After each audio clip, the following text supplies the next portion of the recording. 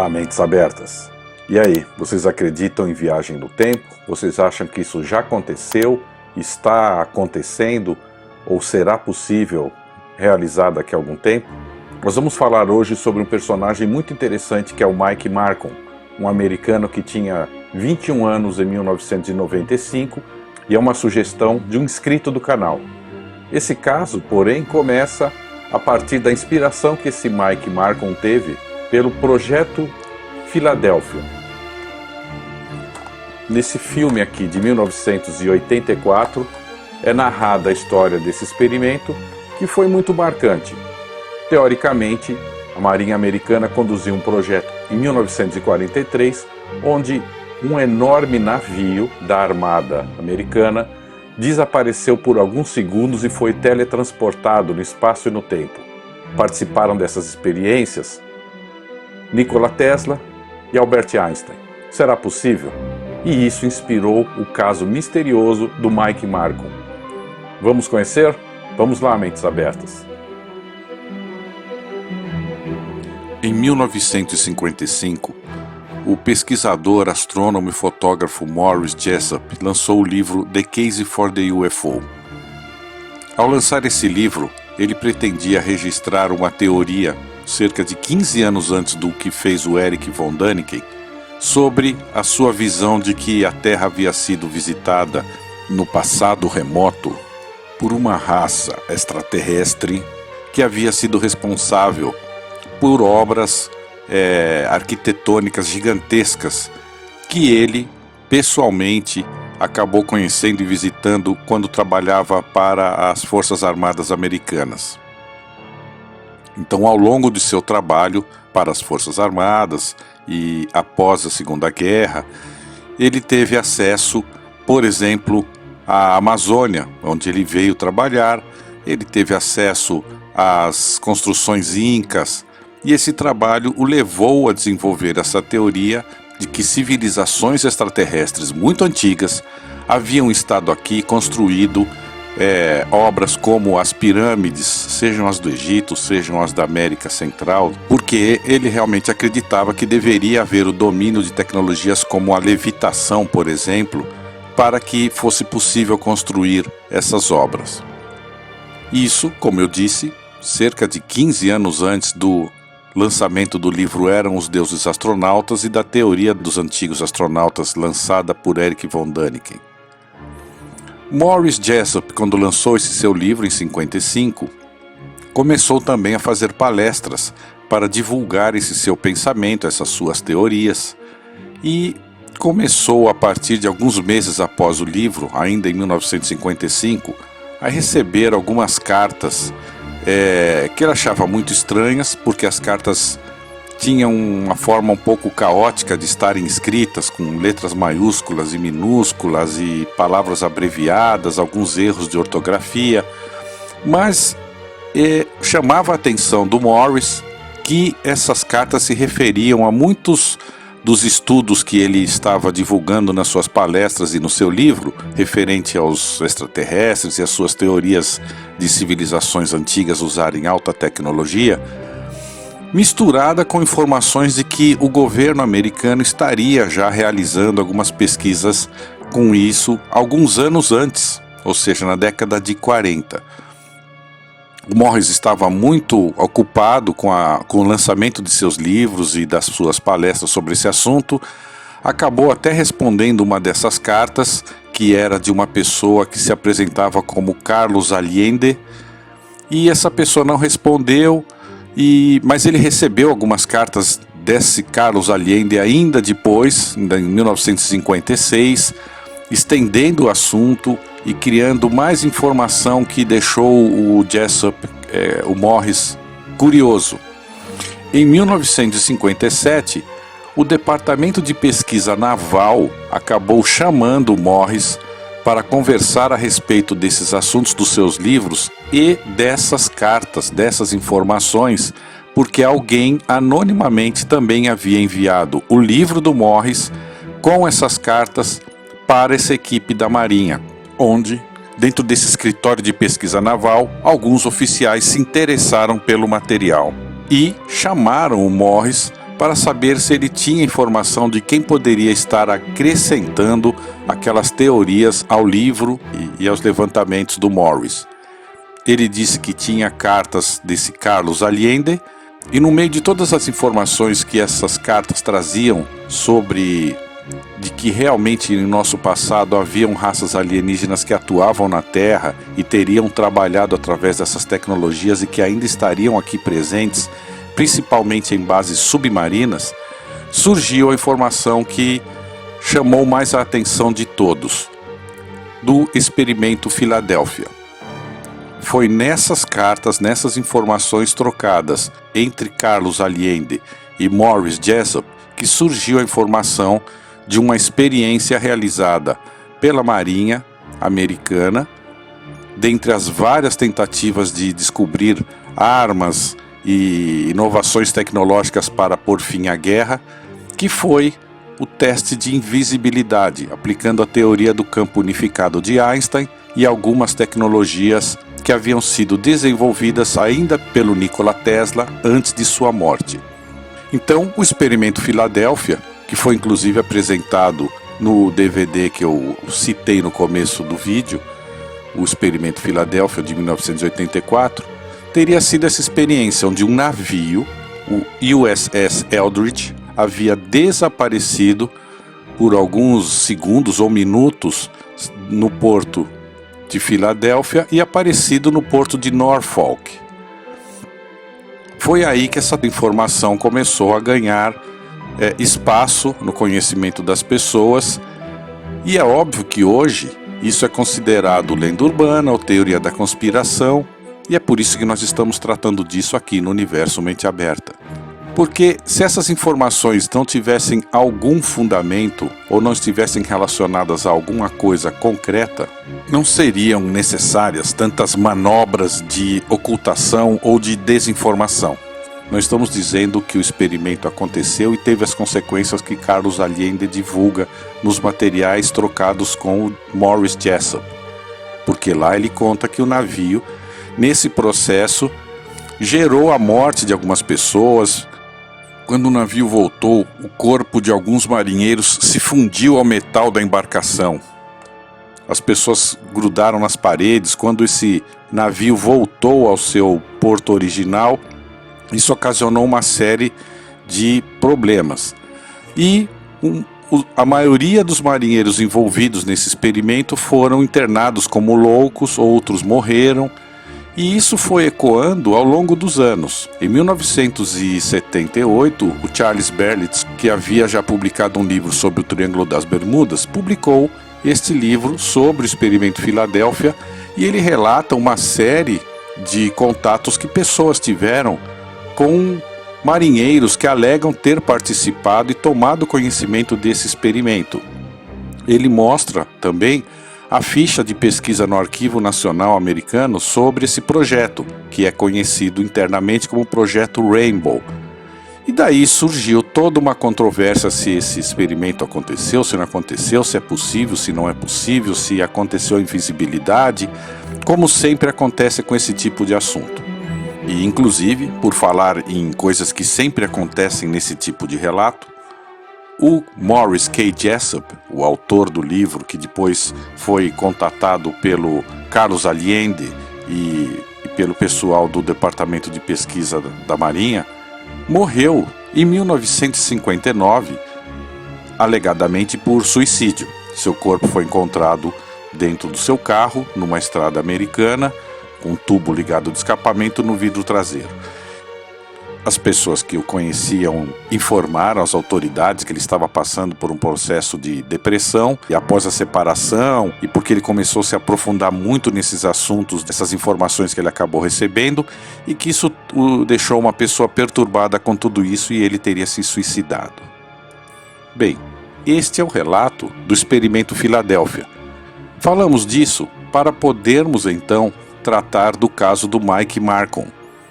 Mike Marcon era um jovem de 21 anos em 1995, que vivia ali na cidade de Stanberry, no Missouri, nos Estados Unidos, que começou a pesquisar como ele poderia desenvolver uma máquina de viagem no tempo, uma máquina do tempo. Ele chamava esse projeto de Jacob's Ladder, ou seja, a escadaria de Jacó, baseado na passagem bíblica em que Jacó tem um sonho no qual surge do céu uma escadaria onde os anjos descem e sobem. E essa passagem está em Gênesis. Baseado nessa visão relatada na Bíblia, da escadaria de Jacó, que seria uma ponte entre o céu, de onde viriam os anjos e as pessoas poderiam subir para se encontrar com Deus, o Mike Markham começou a desenvolver o seu projeto de máquina do tempo, inspirado justamente pelo que ele tinha conhecimento a respeito do projeto Filadélfia. Trabalhando inicialmente com peças de um CD player que ele desmontou e foi construindo um aparato que realizava esse tipo de arco voltaico que a gente está vendo nas imagens, o Mike Markham conseguiu criar o que ele chama de um vórtice, dentro do qual ele jogou um parafuso. Esse parafuso desapareceu por alguns segundos, reaparecendo em outra parte do quarto ali onde ele estava fazendo esse teste. Com isso, ele, que era um engenheiro eletrônico, e, segundo os relatos das pessoas que o conheceram, muito inteligente e habilidoso, identificou que ele estava no caminho certo dos testes que ele estava querendo, movido inclusive por uma ideia esdrúxula, que era movimentar-se no tempo para, no futuro, descobrir os números da loteria e conseguir ficar rico, como aparece no filme De Volta para o Futuro. Essa foi a ideia que moveu Mike Markham. A partir desse teste, ele percebeu que ele precisaria de mais potência para poder fazer com que o seu aparato tivesse a performance que ele precisava para uma máquina do tempo, conforme ele estava planejando. Ele identificou que ele precisava de mais geração de energia, mas ele não tinha capital, obviamente, para comprar geradores de energia. Até que ele tomou conhecimento que na estação de força da sua cidade, ali no Missouri, havia 6 geradores de força que haviam sido trocados e estavam abandonados, estavam para ser sucateados. Ele deu um jeito de trazer esses geradores para a casa dele, cada um pesando mais de 150 quilos. Ele trouxe os 6 geradores, conseguiu ligá-los para que o seu equipamento tivesse a potência e a performance que ele tinha planejado para sua máquina do tempo. Porém, o que ele conseguiu causar naquele momento foi um blackout em toda a cidade, o que levou a identificarem o tipo de experiência que ele estava fazendo, e o xerife da cidade foi até a casa dele, o prendeu pelo prejuízo que ele causou e por ter, obviamente, roubado indevidamente os geradores da usina de força. Ele ficou preso. Quando saiu, seu caso era de conhecimento, era notório, a ponto dele ser convidado pelo Art Bell, radialista americano, que tinha o show Coast to Coast AM há muitos anos, é um programa especializado nesses assuntos que nós gostamos de tratar aqui no Universo Mente Aberta, e que faleceu numa sexta-feira 13, no dia 13 de abril de 2018. Então o Art Bell entrevistou o Mike Markham. You're listening to the best of Coast to Coast AM with Art Bell. Tonight's program is a rebroadcast from April 18th, 1995. Please do not call. From the high desert and the great American Southwest, I bid you all good evening or good morning, as the case may be, across all these many time zones. And welcome to another edition of Coast to Coast AM, live talk radio throughout the nighttime.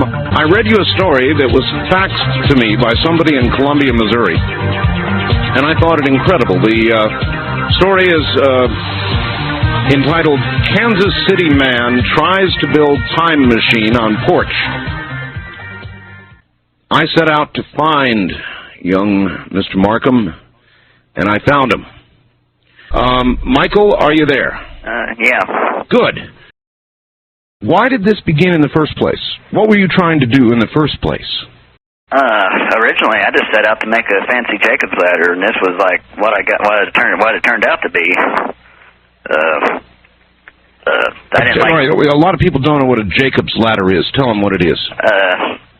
Simply, in a nutshell, it's like 2 metal rods with a spark going up in between it, and once it reaches the top, it starts back to the bottom again.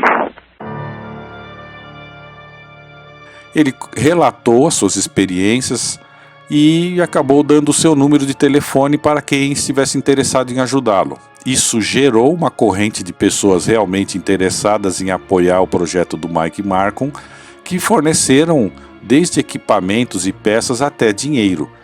Ele conseguiu evoluir nas suas pesquisas e quando ele estava a cerca de um mês de colocar o aparelho na fase de funcionamento, ele deu uma nova entrevista para o Art Bell.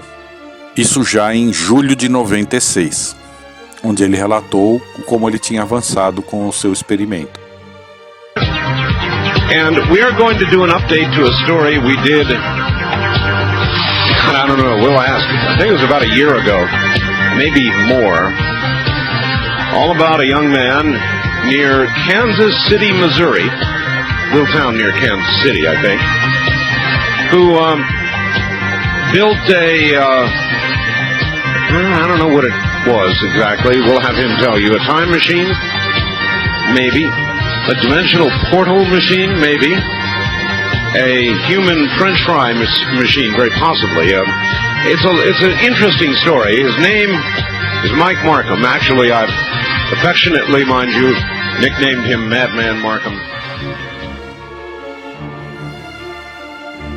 E nessa segunda entrevista, ele não deu o seu número de telefone, mas ele deu o seu endereço, como uma forma de atestar realmente no que ele estava envolvido.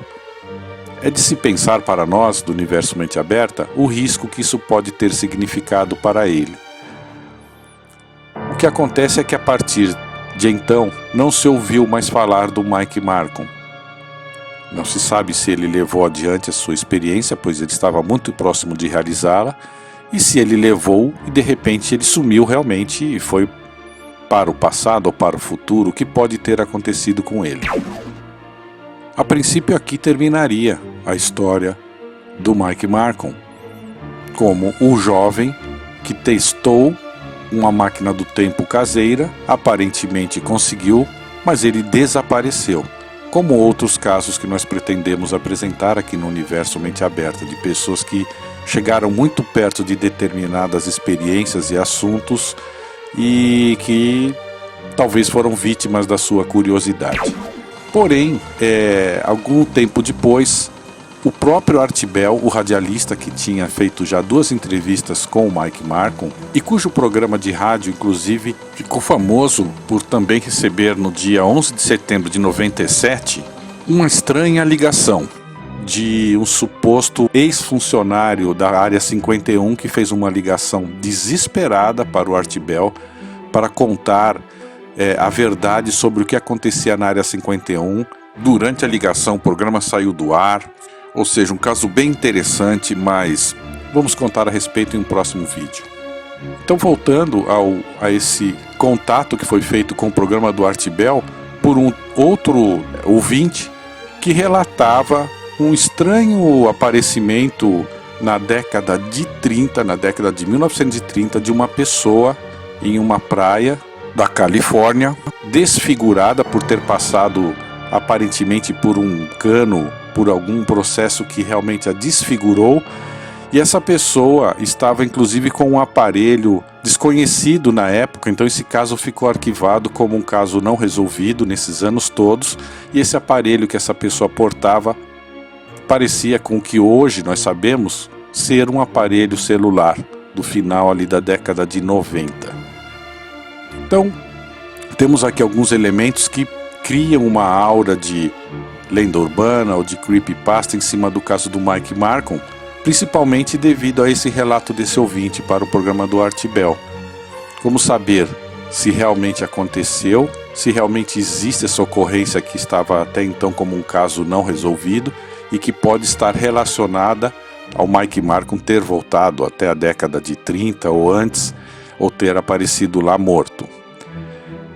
Relatos recentes dão conta que o Mike está vivendo no Havaí. Uma pessoa fez um registro em um blog recentemente de que o Mike hoje é uma pessoa presente nas redes sociais. Ele vive no Havaí, onde ele está juntando dinheiro para voltar para o continente americano para retomar as suas pesquisas. E você, acredita no caso do Mike Markham? continua sendo um assunto interessante, mas há muito a ser desvendado ainda a respeito. Mas ele não deixa de compor a galeria dos personagens como a dupla carioca que fez a experiência das máscaras de chumbo,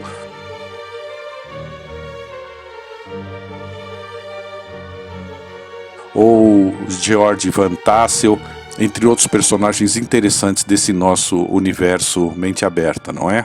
Então vamos continuar na nossa jornada mente aberta, conectando pontos. Até o próximo vídeo.